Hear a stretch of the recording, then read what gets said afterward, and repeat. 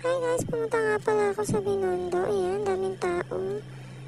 Bibili kami ng hopya dito. Ayan, daming hopya guys. Meron din mga tart, yan, potato fries. Tapos ayan, bibili sana ako ng mga sausages dito eh. Ayan, nabago na isip ko. Punta na kami dito sa 1K. Yung may malaking siopaw. Ayan. Ayan na po yung price list nila. At saka yung mga hopya nila.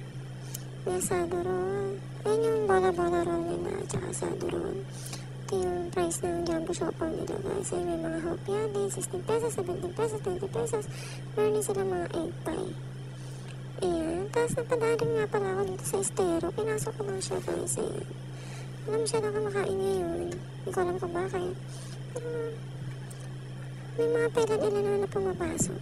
Haba pala nito. Ayun yung menu ng trending dito na may frog legs.